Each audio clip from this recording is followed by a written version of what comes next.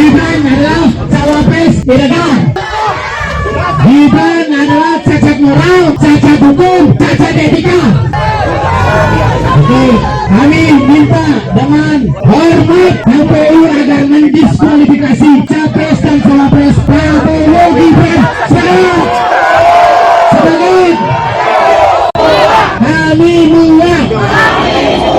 Oke, dan hari ini pun kita dipertontonkan di mana aparat negara, ASN, TNI, Polri, kita lihat terang-terangan menjadi alat kampanye kepentingan calon presiden Prabowo Gibran. Apakah ini dibenarkan? Apakah ini dibenarkan? Oke kawan-kawan, terima kasih mengenai baca statement kita. Siapa yang baca statement? Biksil, Bu Biksil. Biksil, silakan.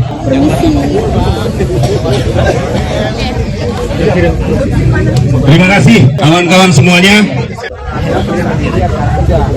Ya, kita siang ini sengaja datang ke KPU untuk memberitahukan kepada masyarakat Indonesia bahwa mereka yang berkuasa, mereka yang sewenang-wenang, mereka yang ingin kembali menindas rakyat Indonesia tidak bisa kita biarkan begitu saja. Kita datang kemari untuk memberi mimpi buruk kepada pemerintah dan aparat kalau masih mereka akan kembali menindas rakyat. Mimpi buruk ini kita katakan bahwa ini tidak hanya terjadi di Jakarta. Mimpi buruk ini kita katakan pada semua aparatur pemerintah, baik yang ada di pusat maupun yang di daerah. Menjelang pemilu 2024 ini kita melihat banyak sekali terjadi ketidakberesan. Pemerintah yang sudah tidak netral, pemerintah yang sudah jadi tim sukses, pemerintah yang telah mengebiri hak rakyat, pemerintah yang telah memanipulasi konstitusi di Republik ini.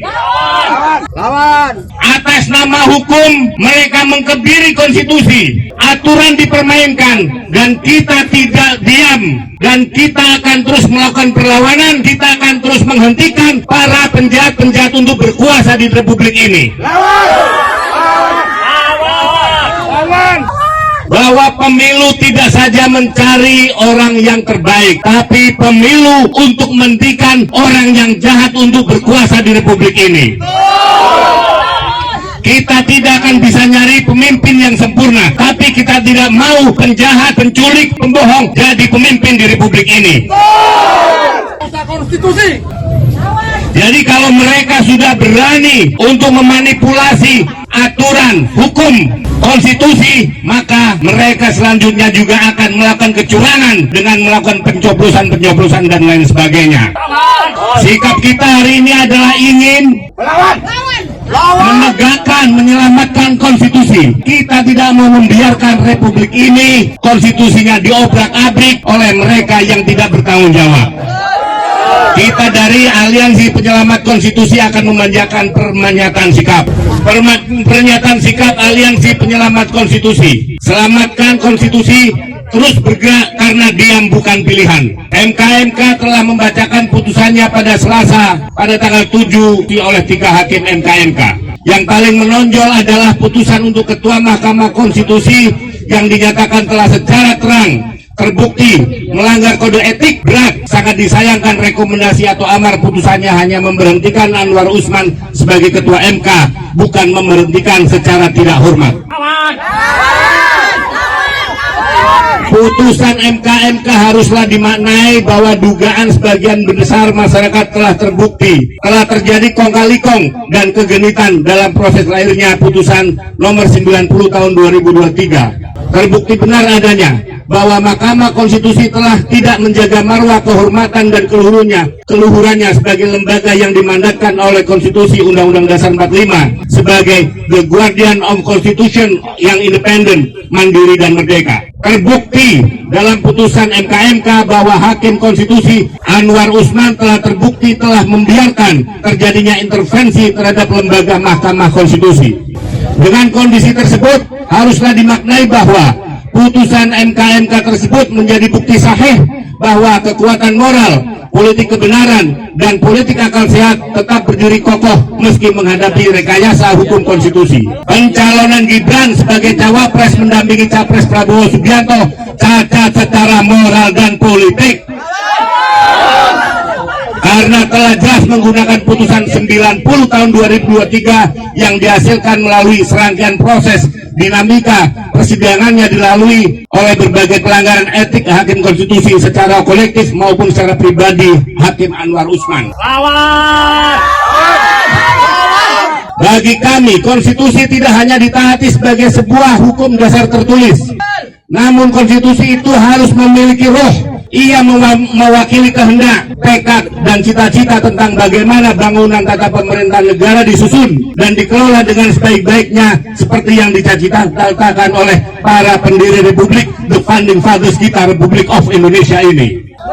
Mahkamah Konstitusi adalah produk reformasi. Itu yang perlu kalian tahu, bahwa Mahkamah Konstitusi adalah produk reformasi. Apa yang menjadi kehendak rakyat melalui reformasi adalah suatu perlawanan terhadap watak dan kultur pemerintahan yang pada waktu itu memang sangat otoriter. Dalam kultur otoriter dan sangat sentralistik ini lahirlah nepotisme, kolusi, dan korupsi. Banyak saksi-saksi hidup yang sampai saat ini berdiam diri. Semua menjadi wajah gelap demokrasi. Praktek kekuasaan yang otoriter itulah yang telah kita koreksi. Maka melalui reformasi, jangan lupa lahirlah demokratisasi melalui pelaksanaan pemilu presiden dan wakil presiden. Apa yang terjadi di Mahkamah Konstitusi akhir-akhir ini telah menyadarkan kita semua bahwa berbagai manipulasi hukum kembali terjadi. Itu semua akibat praktek kekuasaan yang telah mengabaikan kebenaran yang hakiki. Rekayasa hukum tidak boleh terjadi lagi, kawan-kawan. Hukum harus menjadi alat yang menghadirkan pada kebenaran. Hukum harus menjadi alat yang mewujudkan keadilan. Hukum harus menjadi alat yang mengayomi seluruh bangsa dan negara Indonesia. Dengan keadilan inilah kemakmuran pasti akan bisa diwujudkan. Itulah kewajiban kita sebagai warga bangsa, dan bahkan menjadi keharusan setiap anak negeri dan bangsa agar tidak terjadi kesenang-menangan, sebab kedaulatan rakyat harus tetap kita junjung tinggi. Pemilu yang demokratis, jujur dan adil, langsung, umum, bebas dan rahasia harus dijalankan tanpa ada kecuali. Aparatur negara dari tingkat pusat hingga daerah harus netral. Presiden, gubernur, bupati atau JPJ bupati harus netral.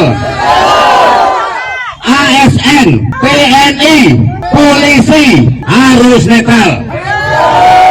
Sesungguhnya demokrasi telah menemukan jalannya dalam 25 tahun ini. Namun bisa jadi demokrasi akan mati muda karena perilaku aparat negara yang membunuhnya. Rakyat tidak bisa lagi diintimidasi seperti dahulu. Kalau dulu zaman Soeharto rakyat bisa diintimidasi selama 32 tahun, sekarang kita tidak mungkin diintimidasi.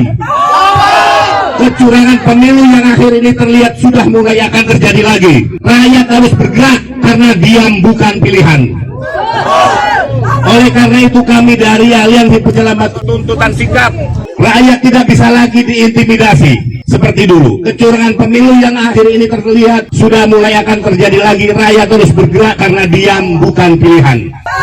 Oleh karena itu kami dari Aliansi Penyelamat Konstitusi, tuntutan dan sikap kami sebagai berikut. 1. Olah proses pencalonan Prabowo Gibran yang cacat secara etika dan moral.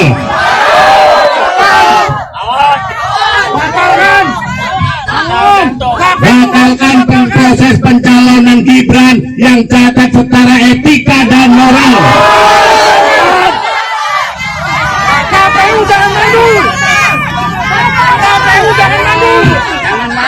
Yang kedua, mendesak KPU untuk mendiskualifikasi bacawa pres Gibran karena pencalonan Gibran mendasarkan pada putusan MK nomor 90 tahun 2023 yang cacat moral dan etika.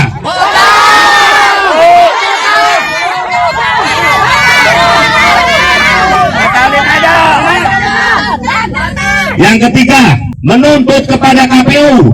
KPU berarti KPU pusat, KPU provinsi, KPU kabupaten, Bawaslu, dari tingkat pusat sampai tingkat PPS, TNI dari tingkat pusat, Mabes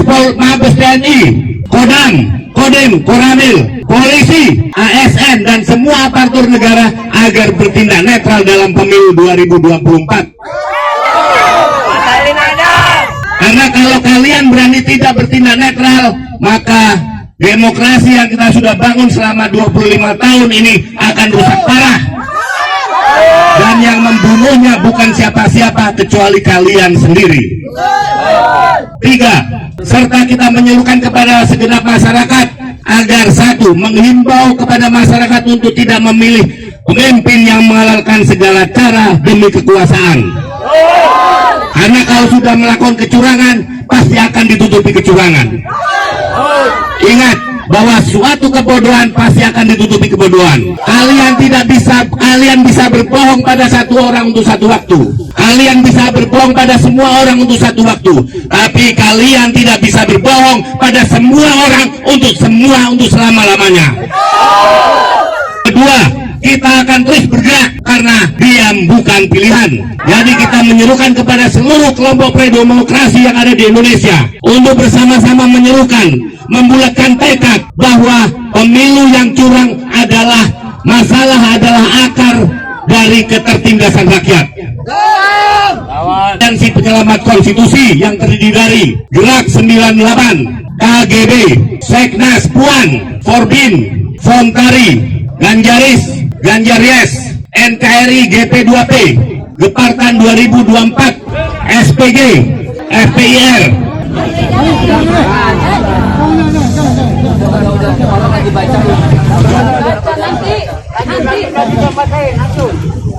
Lintas Dinamika, Fiber, GGS, Ganjaris Jaksel, GPGP, GU, VGP24, IPAR Ganjar, LPGSGI, Gaspol, Barak, Geratri GP, RNGP, Peroni, Sahabat Muslim Ganjar, RBTP, Remik, GMIGM, Geraha Putih, MPG, LBH Ganjar Keadilan, For Love Indonesia, Al-Nusa, Front Betawi Bersatu, Garis Sekber Ganjar Mahmud, RGM, Garis NKRI, GP Mania 2024, Fokus Ganjar, KGB, SKRI, Army Ganjar, Ahokers DKI, DPP Satria Ganjar, Brigade Nasional, Gaet, GRJ for Ganjar, PNPG Kota Depok, Ragusa, Bulak Sumur Gaspol, Gaek, Gopasgap, GP Center, Ganjaris Depok, Garnas, Barisan Nasional Pancasila, Generasi Nawacita, WLI 4G, Indonesia Menari, Kejawen, P4G, Organ, Republik Ganjar Pranowo, Sekber Rasa Malang 1605 Jabar Banten, Sri Kandi Garnas, Maharani Pejuang Marhen, Spartan, KKKB, Baragama 2024, BGSP, Kawan Ganjar Mahfud 98, Militan Garda Puan, JNIB, RGB, GHI, SMP, NCW, Laskar Ganjar, OPM, ASN, Garista, GR2P, Gaman, Garda Mandala, GPMN, dan KRP. Terima kasih kami ucapkan. Kita lanjutkan aksi kita menuntut perjuangan kita. Teman-teman tetap fokus, yang di belakang tetap fokus, teman-teman tetap fokus. Siang ini kita akan bacakan Sumpah Rakyat Indonesia, di mana adalah komitmen kita menjaga. Ya sahabat Kompas.com, baru saja aliansi dari penyelamat konstitusi menggelar aksi demonstrasinya di depan gedung Komisi Pemilihan Umum Republik Indonesia di Jakarta Pusat. Hari ini dari masyarakat gerakan aliansi penyelamat konstitusi ini sekitar ada 300 orang yang datang menuju ke KPU untuk mendesak pihak KPU agar mendiskualifikasikan Gibran Rakabuming Raka, agar didiskualifikasi karena mereka menilai proses pencalonan Prabowo dan Gibran sebagai calon presiden dan calon wakil presiden dinilai cacat formil, etika, dan juga moral. Nah, hal ini, aksi demonstrasi ini juga ada pengaruhnya dari putusan Mahkamah Konstitusi Anwar Usman yang sebelumnya telah memutuskan bahwa seorang boleh mencalonkan diri sebagai calon presiden ataupun calon wakil presiden meskipun dirinya belum berusia 40 tahun, namun mereka bisa tetap mencalonkan asal pernah menjabat sebagai sebagai kepala daerah.